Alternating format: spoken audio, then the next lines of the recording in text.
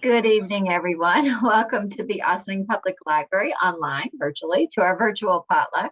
I'm Diana Lennon, Head of Adult Services, and we are here to cook with Ashley Covelli.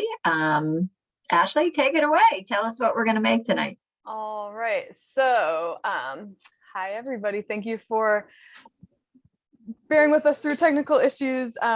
Welcome to the virtual potluck. This month, we have a theme every month. This month's theme was sandwiches. So we had a cookbook discussion a couple weeks ago. And today we're going to cook some Vietnamese style shrimp sandwiches with peanut sauce. And I'll tell you a little more about it momentarily, but I'm going to, if you're cooking along or watching the replay and cooking along, I'm just going to get a big pot of water full. So we're going to put it on the stove. This step is completely optional, but I do it if you're making like shrimp cocktail or something. It adds a ton of flavor to the shrimp if you flavor some water that you then cook the shrimp in.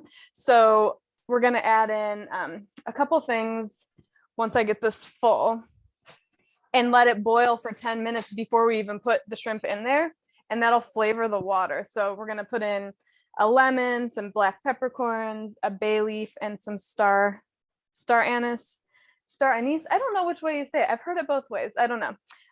Either way, easily the most beautiful thing in the spice world. And then an onion, and those things cooked in with the water will really give the shrimp something kind of to cling on to and absorb. So this is the same thing I do if I'm making shrimp for shrimp cocktail. So I've got a big pot of water,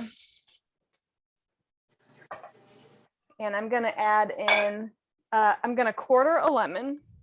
So skin on, seeds in, all that stuff. Nothing too fussy on this for this.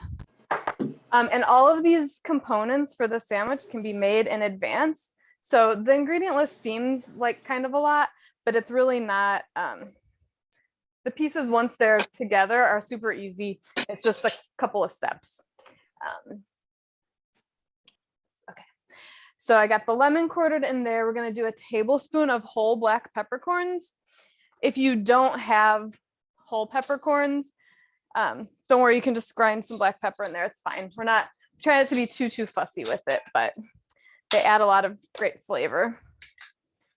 And if you don't have extras, but you have a pepper grinder, you can sometimes, depending on the style, you can open the pepper grinder up and just sprinkle out some of the whole peppercorns from that. One dried bay leaf. I don't buy fresh that often, but I started buying these Morton and Bassett. They sell them at Stop and Shop. They're a little brighter green than some of the sad kind of gray ones I've gotten in the past. So I prefer to use those. I mean, use whatever you have, but the bay adds a really nice flavor. One star anise. And this has like kind of a little bit of a licoricey flavor. It's really fragrant, but they're so pretty. They're like actual little stars with pods in them, and that will add a lot of great flavor. A small white onion, peeled and quartered. I only have a kind of big onion, so I'm going to use part of it, and I'm going to use the other part of it for the peanut sauce that's going to go on. These amounts aren't super exact. We're just, again, trying to flavor the water. So I need 3 tablespoons later. So I'm thinking about 3/4 of this onion can go in here. Ashley? Yeah. Does any one of those flavors come out stronger than anything else, or is it just like a really nice mix? I feel like for this, because we're flavoring the water and then that's flavoring the shrimp, I feel like it kind of just is the shrimp only cooked for I think like 3 minutes, so it doesn't have time. It's not like you're steeping it in there, so I think it's a pretty nice meld. But you could certainly if you wanted to do more flavor in the shrimp, you would have to do like a marinade or something. Okay, yeah, thanks. Yep. And then 2 cloves of garlic, and I'm just going to smash them. I'm not going to bother mincing them or anything like that. And again, if you are new to these classes, feel free anytime to unmute yourself, jump in, ask any questions or comments. I'm always happy to chat with you.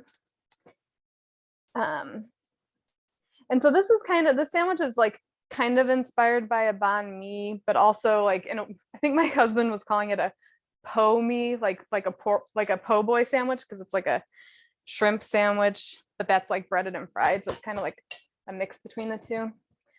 I just smashed the garlic cloves to kind of open them up. So that's what's going in the water, just like it looks like stovetop potpourri kind of. And I'm gonna bring it to a boil. And once it's boiling, I'm gonna let it cook for 10 minutes to really get the flavor going in there. And then we'll add our shrimp. So just get the stuff out of the way. All right. For shrimp, in case I wanted to share a couple tips. If you're buying it at the store and you want them to be peeled and deveined, but you want to save a little money, you can buy ones that still have the shell on. I'll show you. This is the bag for what I buy usually. So they're raw shrimp, simple peel, deveined. Sometimes it says split and deveined, and what that means is these are frozen. But what that means, I left a couple with the shells on, so you don't have to watch me peel a whole pound of shrimp. But the shrimp still has the shell on, but they've slit the back and pulled out that it's like a gray, it's a digestive tract type of situation that you don't really want to eat. But because they've done that part of it and not peeled all of it and done all the prep work, it's less expensive to buy it this way. So then when you have them, you can thaw them in cold water. I put half of that pack in this bowl overnight in the fridge with cold water. And if you go to use them and they're still a little too frozen, you can just like run some cold water over them, let them sit for a few minutes. They don't take too long to peel. And then since it's already split in the middle here, you can just peel the shell away. And then I usually pinch, the tail kind of holds on. So I kind of pinch at the tail and then it slides right out. And sometimes you'll still see a little bit of the vein in there. You can pull that out, but they're really a lot easier to manage. And if you have an extra few minutes and it's worth, your money is worth more than a few minutes to you, then I say go for it and peel your own. I'm just going to drain the water out. And shrimp are so easy to keep on hand to make like a quick meal too, because again, they do thaw pretty quickly. You can buy them fresh, but just note that at the store, when you're buying fresh shrimp, they're often previously frozen. So by buying them still frozen, you're usually saving a step. They're a step fresher. And that way you can have them whenever you're ready for them. So I'm going to set these to the side, but they've all just been, tails and shells are off. I got large shrimp. I just think it works kind of the best size for a sandwich, but whatever size you find or that you prefer should be good. And then you can save the shells if you like to make like a homemade seafood stock. You could, and if you're not ready to make it the day that you use them, you could put them in a bag in the freezer and it's really easy. All right, so my water's working. The shrimp are peeled. I'm gonna grab a large bowl. We're gonna make these quick pickled veggies. And this is kind of like, it's something crisp and cool and tangy and a little bit sweet to go on top of the sandwich.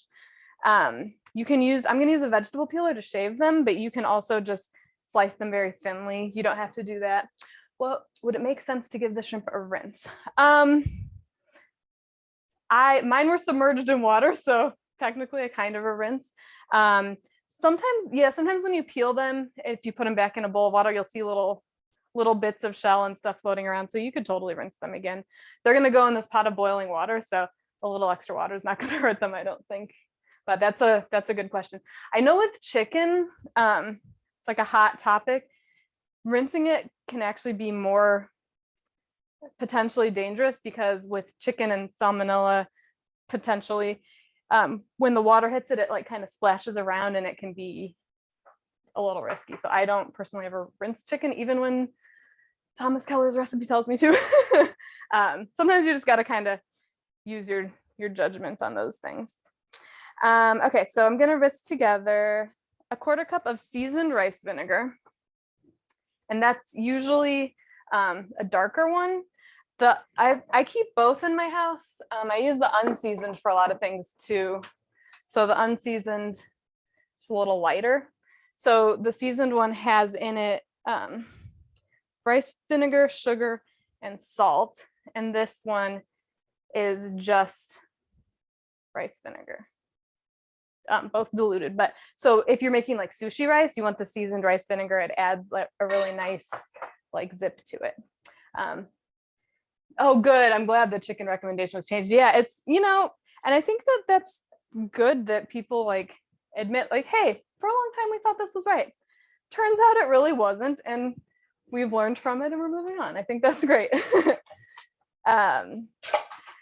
Okay, so 1/4 cup of seasoned rice vinegar. If you only have unseasoned, that's fine. You might end up wanting to add a little bit more honey in here. I'm certainly a fan of not keeping extra bottles of things in your house if you're not going to use them. So like I always keep unseasoned breadcrumbs and I just season them myself if I want them seasoned. Okay. A tablespoon of honey. My water's almost boiling. I refilled my bigger honey container today and I have just enough in here.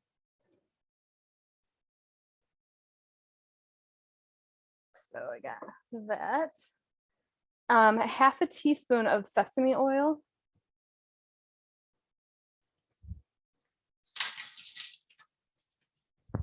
Oh, and Diana actually mentioned this the other day. I was going to drive to H Mart to find daikon radish for this recipe, which is by all means not necessary. You could pickle different types of veggies if you want. But I was going to drive out to H Mart and she asked about Apple Farm in Croton. They did have it. They have a lot of produce and a lot of interesting different like ethnic items too that you might not necessarily be able to find at Stop and Shop or ShopRite. Turn this on. Alexa, set a timer for 10 minutes. Okay, so we've got honey, sesame oil, seasoned rice vinegar, and a 1/2 teaspoon of kosher salt.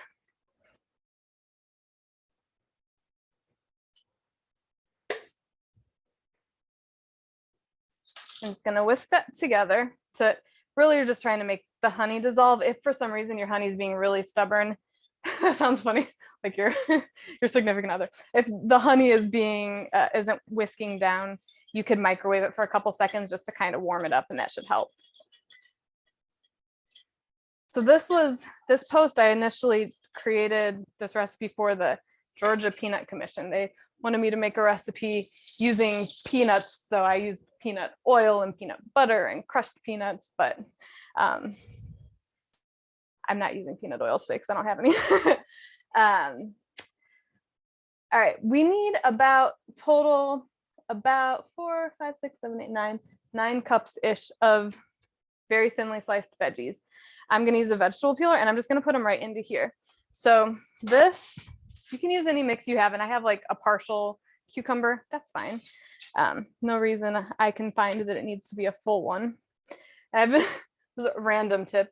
I've been saving the asparagus rubber bands, and for when I cut a cucumber, I cover it with this like reusable bowl cover, and I just like fasten it on with that. But it's handy for covering cheese, all sorts of stuff.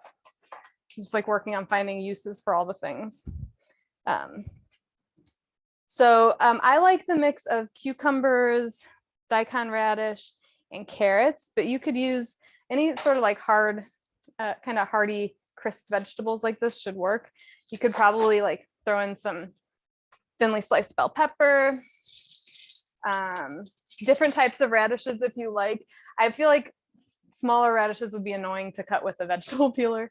So for those, you could just slice really finely. Since it's a quick pickle, they're not going to have a ton of time to get pickled. So that's why we're slicing them really thinly. So I don't mind the peel, so I'm going to leave that on, but I'm just going to use my vegetable peeler to do strips. And I guess I could go right over the bowl if I'm coordinated enough. Let's see. And just right into there. And these little itty bitty strips, they look so pretty piled up on the sandwich. They kind of look like ribbons. And you could also do this as a salad. If you don't want to do sandwiches, it would be great over noodles, like some rice vermicelli noodles or any of the noodles that you find in the Asian foods aisle would be really Well, good. I like the sound of that. Yeah. As a salad, just straight Yeah, up to these that. actually, maybe I'll do that with some of mine because like these rice sticks, Mm-hmm. I have random ingredients hidden all over this kitchen, but these would be really good. And these, so these you 3 quarts of boiling water, you cook for 3 minutes and drain. So you know what you could do after your shrimp is done? You could cook these right in there. You could fish out the other ingredients if you wanted to, because it only needs to go in there for a couple minutes. That might be a good idea. Or you could do lettuce wraps. You don't have to do sandwiches. The only thing with shaving these veggies is it's like they cling to you a bit, so it's a little funky. But while I'm doing something fairly mindless over here, our next program is Tuesday, June 7th at 7 p.m. We're gonna kind of change the format of virtual potluck we're calling it the next season. So June is the last month for this season where we're gonna do a cookbook discussion. And that's on the 7th at 7 p.m.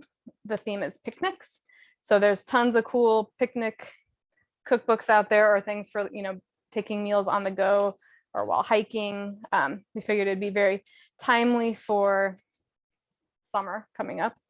And then once September rolls around, we have some fun things in the works. And the only official live virtual program we're going to be doing for the rest of the year is going to be, so far, is going to be a cooking class once a month.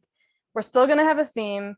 We have some interesting stuff that's might be happening with the farmers market, might be happening, on the Ossining Library blog, lots of fun stuff, but we'll send an email with that info. And so I'm just kind of like turning this as I'm cutting it. And I've got a bunch of ribbons. I'll just probably chop this part up later. I mean, this is mostly just the seeds at this point, even though it's a seedless cucumber, they still have seeds. For the daikon, I don't want to eat the peel on this, so I'm going to peel the outside off. A lot of times, Japanese restaurants will do kind of almost like spiralize, which if you have a spiralizer, you could absolutely spiralize these. It would be probably a lot faster to do that. But they put it like really thin little spirals of this underneath some types of like raw fish dishes. And so it's like a nice garnish and you can eat it right with it. It makes a nice salad. It's just super crisp. It's a little more mild, I think, than some other types of radishes. Let's see. It's been a while since I've had one. I will report. Hang on. Well, it's got a little kick. I don't know. I would say this might be actually a little bit spicier than like a red radish. If you want to try radishes, but you don't want quite such spicy ones, you could use like French breakfast radishes. They're more of a light pink. I think sometimes they're white or purple also. A lot of times the farmers markets will have those in the spring and they're like not quite as peppery. Can't remember if daikon has always been this is pretty spicy or if it's just the particular one that I got. Let's see. But pretty much you can just fill your bowl as much as you want. There's no exact ratio here. Just kind of cutting everything in a similar size. And I like doing carrots in here also. If you had those like rainbow carrots, they have like pink, or not pink, purple, orange, yellow, and white. I know Trader Joe's sells a bag of them. That would be nice in here too. That would look really pretty, wouldn't it? Yeah, That's nice. It's so refreshing. So this will hold up. You can make it ahead of time. If you're slicing them this thin, they probably won't last a bunch of days just because they might get a little too soggy. But well, it'll certainly be all right for a few days. If you cut in like a little bit bigger pieces, maybe it would hold up longer, and then you could put that, if you wanted to put it out like at a picnic, even without the shrimp, just to have like a crispy, cool, kind of refreshing side. So I'm all about finding like ways to make vegetables a little more interesting. And so I think I made it because if you've ever been to a Thai restaurant, there was one when I lived in Wisconsin that had, this was just the outer peel of the carrot, which I usually eat, but not for the salad. There was a Thai restaurant that would give us a little bowl full of these quick pickled cucumbers, and they were like sweet and salty and briny, and I would eat the cucumbers and then drink the juice because it was so good. And it's just honey and vinegar. So that's kind of what inspired the mix for these veggies. But I think it would be nice with even just like grilled chicken or tofu, if that's more your style. I did see, Diana, do you eat tofu? Not really, not my favorite. My family's not super into it. They'll eat it sometimes, but I feel like if it's prepared right, it's a little more enticing. But I saw that Apple Farm had smaller blocks submerged in a big tub, and I was like just kind of out, and you grab them with tongs, and I was going to go for them, but then I was like, do I want something that's been like out? It's basically tofu's a sponge. Yeah. Mm-hmm. In the fresh air right now. I don't know. Maybe not. Yeah. maybe when the world settles down. Let's hope that soon. Yes. But it's a great idea because they're smaller than like a full block of tofu. So this, you can keep going. You just want a variety of veggies in there. You could do all one if you wanted to, certainly, but and then just toss it to kind of coat everything. This isn't quite enough, but one more carrot in here instead of making you watch me peel things forever. But like I said, the recipe seems difficult because you've got the shrimp, the pickled stuff. Alexa, stop. That was the water's been boiling for 10 minutes. I'm just gonna dump these shrimp in there, and it should take about 3 minutes. You just want them to be pink and a little bit firm. So I'm just gonna put those right in. Alexa, set a timer for 3 minutes. Shrimp really cook very, very quickly. So it's not much actual hands-on time, as long as you don't mind peeling carrots. Oh, you could actually, if you have a food processor that has the slicing, like there's a disc that's got a slicer attachment, you could feed your veggies through the chute of that, and then they'll be sliced super fast. Like I use that when I'm making like coleslaw. I use it for my cabbage, and it cuts it up so much faster. That would actually be, it wouldn't look quite as pretty because the ribbons are really nice, but it would be very efficient. All right, so let me add this. Toss that around. I'll probably add some more later, but I'm going to show you how to make the peanut sauce. And once the shrimp is done cooking, I'm going to drain it, and then I'm going to put it in a bowl with ice and cold water just to stop them from cooking any further, because overcooked shrimp are very sad and tough to eat. All right, so I'm just going to set this to the side. If you were making this in advance, you could let it sit in the fridge for a while, but I would say use about twice the amount of veggies that I actually used here, because there's a lot of liquid. Not that you have to use it all when you serve it, but all right, set that to the side. Peanut sauce. The stuff is so good. I use it as a dipping sauce for Vietnamese summer rolls also, that are wrapped in, the fresh summer rolls that are wrapped in rice paper. We may have done that for this group before, I don't remember. So it all becomes a blur. Yeah, I think we did. Yeah. Yeah. And I can see the shrimp are already turning pink.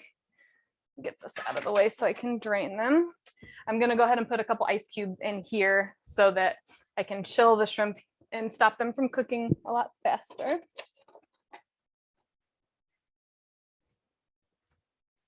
This is the same if you like really want to hard cook an egg without it getting a big gray ring. Like the sooner you can get it chilled, the less likely you'll be to have that ring. So if you plunge them into a bowl of ice water, that'll help with that. I made these ice cubes not that long ago, so they're still a little liquidy, which is kind of exactly what I need is ice water.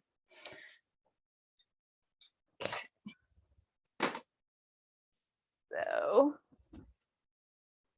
I might use a spider to get them out. If any of you aren't familiar with this tool, it comes in pretty handy. Alexa, stop. Can I find it quickly? Yes. This is the only kind of spider I would prefer to have in my kitchen. It's just this little mesh tool, and it's great for deep frying things, but it's really nice to help you get a hold of items that you want to strain without it being like a slotted spoon that's really small. So you can see this just looks kind of like a hot mess, but the shrimp are all beautifully pink. And then I'll pop them in here. It's okay if the lemons and onions and stuff get in there too. Pour some cold water on here.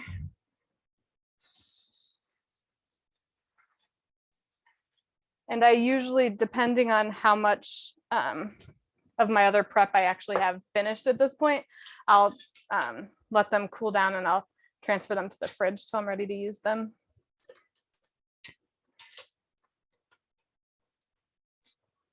Okay. Got a lot of stuff for the compost bin today. All right, that I'm gonna drain over here. If you happen to have a pot that's got a lid with the drain holes on it, they come in really, really handy. This one's got 2 different sizes of holes. But I found out the hard way once that draining really thin pasta like angel hair can't really happen out of one side because the holes are too big and they fall right through. I'm also very glad that it's not in the 90s again today, because boiling things in 90-degree heat didn't really sound too appealing to me.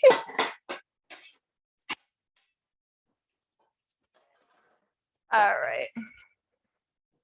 And the smell from the mix of spices is really nice. Get the rest of the shrimp in there. If you really wanted to make it so that you don't have to separate the shrimp from the other spices, you could use like a T-ball when you go to put the peppercorns and the star anise in there, and then that's easy to fish out. I didn't, but that's all right. So I'll let them sit and kind of cool off, and then if all the ice melts and it feels like it's getting warm, I could go ahead and swap out the water, but I think actually it's cool enough. It's cool enough already that I can put it right in the fridge. I like the contrast of the cold shrimp on this sandwich. And if you were going to pack it for a picnic, even though picnic isn't, the theme is until next month, just pack all the items separately and then assemble your sandwiches right before you eat them so they don't get soggy. All right, the last thing is the peanut sauce. A tablespoon of high heat cooking oil. I wrote peanut on the recipe list. I'm using grapeseed today. You could use olive oil even if you needed to. I'm going to add some onion, garlic, and red pepper flakes. So I'm going to let this heat over like medium heat. And while that's heating, I'll chop up those ingredients. So I have the part of my onion that I saved. I need about 3 tablespoons finely chopped.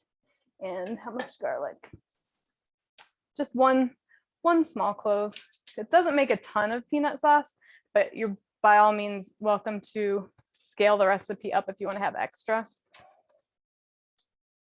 It's one of my favorites. I only had like exactly the amount of peanut butter left that I need for today. So we make our own peanut butter, just grinding roasted unsalted peanuts in the food process. And you could use a food processor, but we use a blender, and sometimes like a pinch of salt and a pinch of like raw sugar, and it stays nice and creamy in the pantry. Doesn't really have a bunch of ingredients, and it's not overly sweet, so we're like keeping that on hand. Okay,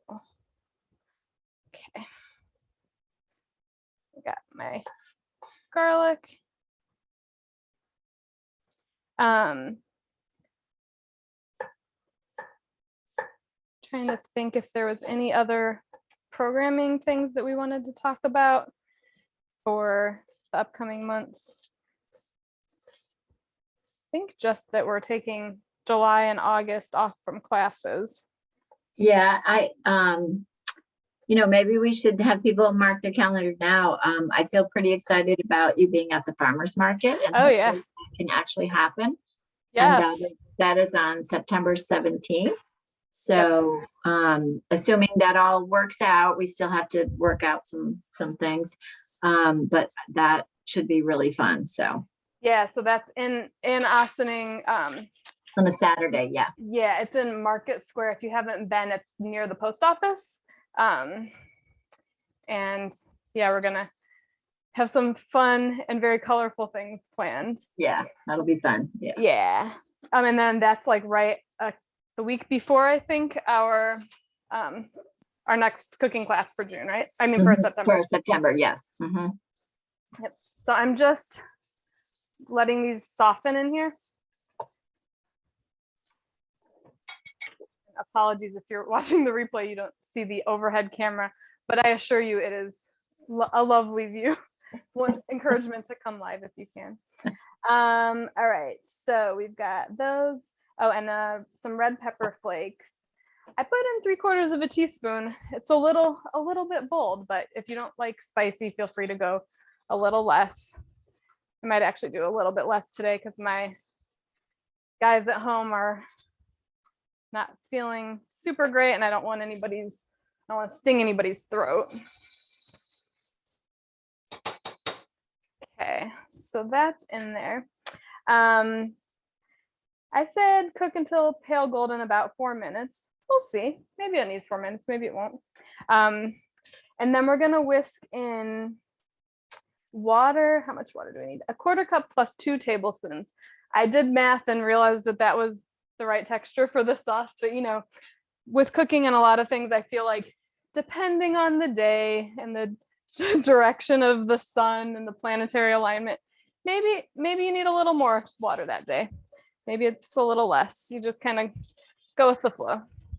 Because luckily with cooking versus baking, it's not like super important that it's exactly the right amounts for everything.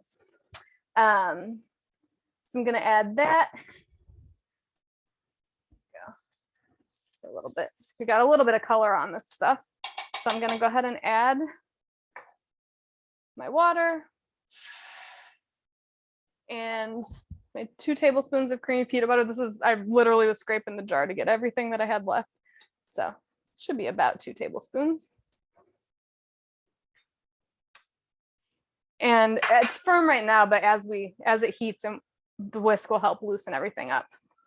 But I'm gonna also add some hoisin sauce. 2 tablespoons. I like this brand, Lee Kum Ki. They sell it at Stop and Shop in a lot of places. And I've seen it at my friends' houses who cook a lot of Asian food, so I feel like it's very approved. There was one brand, I tried their plum sauce and it didn't taste right to me. But hoisin is really nice. It's kind of like if you haven't had it, it's kind of like almost like a barbecue kind of flavor. And 2 teaspoons of tomato paste. It just kind of makes it a little bit more rich.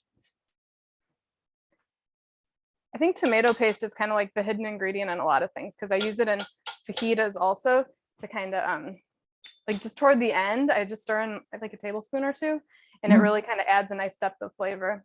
That's a good idea. Yeah. Potatoes. And then tomato paste and sugar. Sugar on here?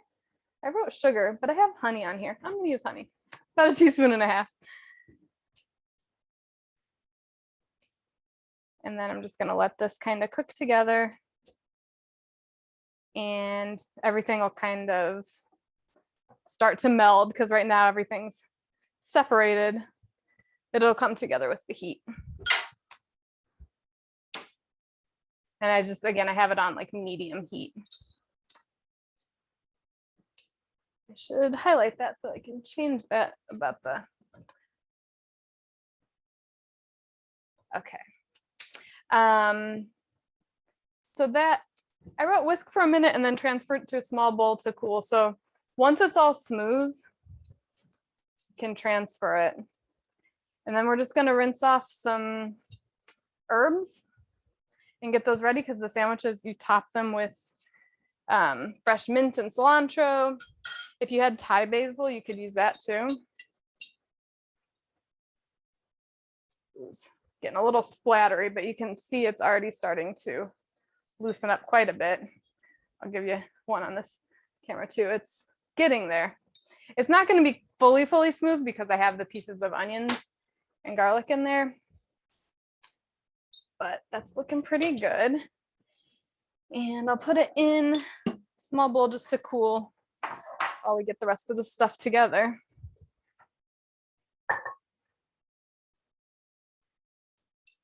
Even just cooking shrimp and dipping them in this, I think would be very good. This also would be good for like a grilled chicken skewer, like a kind of like a chicken satay kind of situation. That looks absolutely yummy. Yeah. It's my favorite. It's so good. I mean, I'm biased, but it's very good. So yeah, it's very hot. So I'm just gonna let it sit there. And then since I was trying to do kind of like a banh mi style sandwich, I usually do a baguette. So they had these little mini ones. So I'll just slice up one of them for now. But this should make enough for four servings. For the pictures on the recipe card, I did like an angled cut on the end just because it looks cool. You definitely don't need to, but don't waste this. Like snack on it, dunk it in the peanut sauce, like whatever you need to do. So I did that and then cut it in half. If you have a full baguette, it would be about twice this big. So you can just cut it into 4. And then you have this like angled bit. It's gonna slice it through the middle.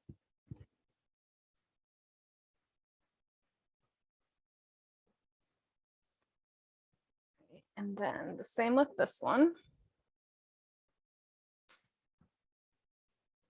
I'm completely slacking on my gardening this year because I always want to wait till May so that nothing freezes outside. But it's almost the end of May. I have not gotten on it yet. So I don't have a ton of fresh herbs outside except for some mint that came up from last year. But I have been using this trick that I read in a book because of this program. Oh no, it was actually from a different library program. Kate, I forget her last name, starts with a B. She wrote the book about food waste and shopping. I'm blanking on the name of it right now. Was it her? I don't know. It probably wasn't her. Anyway, if you store the herbs upright in some water in a container like this, they tend to last a lot longer. I was a little skeptical about it, but you just change the water every few days. And I've had some herbs, I don't think cilantro does too well with it, but I've had some herbs that have stayed fresh like this for like weeks. It's crazy. So I'm just gonna grab some mint leaves.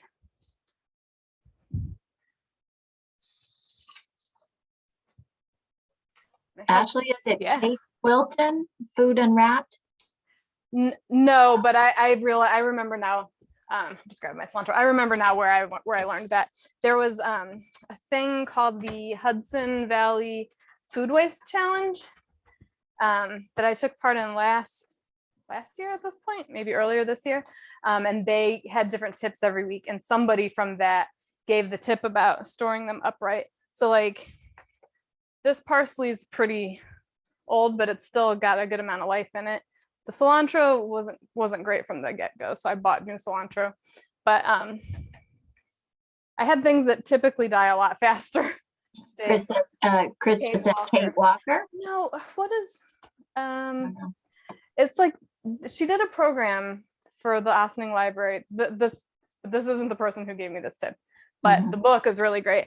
It's like the Pocket Guide to Sustainability or Food. It's a little blue book. Do you know what I'm talking about? Remember. Yep, I remember the program. It starts with a B, like Breakshire or something like that. Yes, I'm remembering that now. Yeah, I look. The book is great. It's tiny. I bought oh no, I won a copy of it. So yeah, this is just the garnishes. If you want to do some chopped peanuts for a little texture, do that also. You know, sometimes it's just nice to have a little bit of crunch. And I'll grab a little plate. All right.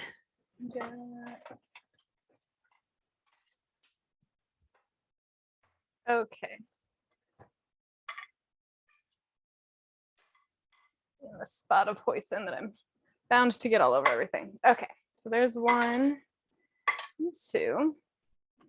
So what I think looks or works best, they're a little bit messy to eat, I'm not gonna lie. But what I think works best is a nice layer of the peanut sauce on the bottom.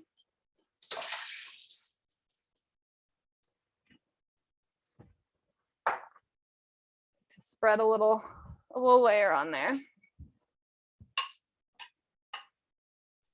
Yes, that's it, Chris. A pocket guide to sustainable food shopping. Yes. Yeah, and it was great. There's a lot of great tips in there. It's not the tip about storing the herbs, but lots of other great tips.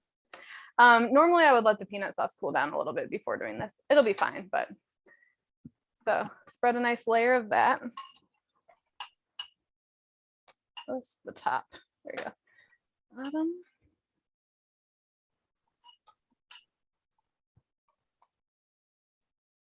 That on there. And then let's look at the order that I did in my actual picture. Yeah, shrimp, herbs, veggies. Okay. So however many shrimp you want to add to your sandwich. I mean, theoretically, like a quarter of what you have. And I'm just being careful not to get any of the peppercorns in there. That would not be a pleasant bite. I just put a huge link in the chat. Oh, okay. Yeah. Because you can get the book at the library. Yeah. Yeah, and she's local. She moved to Ossining from New York City, like not long before that program, which I think was last year. Bratz, I don't know how you say her name. Bratskier, like that. Yeah, I knew it had a B. I was almost there. All right, so I just kind of did a layer of shrimp on each sandwich. And then I'm gonna take some of these veggies and I'm just trying to get some of each of the colors, and I'm gonna not grab a bunch of the juice. So I'm just kind of piling it up. It looks really pretty open faced, but then you got to close it to eat it. And I'll probably do these veggies and then later today after dinner I'll slice up some more and make some more pickles. So get those on there. Pickled radishes do smell very potent, just in case you're not familiar with them. They're, like when you hard boil eggs and your house smells a little sulfury, it's like a bit of a similar vibe. So then I just picked some leaves off of cilantro. Like I said, you could do basil would be nice in here too, especially Thai basil if you have it. But that's kind of like a cross between mint and basil. So I've got mint and cilantro. I have green onions. Those would actually, I just happen to have some. Those would probably be nice in here. But it's nice and colorful. And then if you wanted a little crunch, you could throw a little bit of the peanuts on top. That's so as much as it takes a while to slice some veggies for it, I feel like it's a nice refreshing salad on a sandwich, and you can make it in advance, store everything separately, and enjoy it. So I'll probably have a side of peanut sauce for dunking also, just because I really like the peanut sauce, but they look a lot prettier before you smush them down with the lid, but that's how it is. Thank you all for joining. Apologies again about the link, but we've got it straightened out for June. So we'll see you Tuesday, June 7th at 7 p.m. for a cookbook discussion about picnics. I see several kids have written books about food waste. Oh, that's awesome. I would love to read many of them. I find there's so many interesting things about that. And actually, Chris, if you weren't in one of the last groups we talked about, I found this book that's a new book. It's called Fridge Love. And it talks about like storing things in your refrigerator and how like different items. Were you here when I was talking about that? It's wonderful. And Diana since checked it out. I loved it. Yeah. I bought a copy. I checked it out from the library. Yeah. There was a wait list. I bought a copy for my Kindle, but it tells a lot of interesting things about food waste. Yes. And some of the things in there would be great for picnic also, which is next month's theme.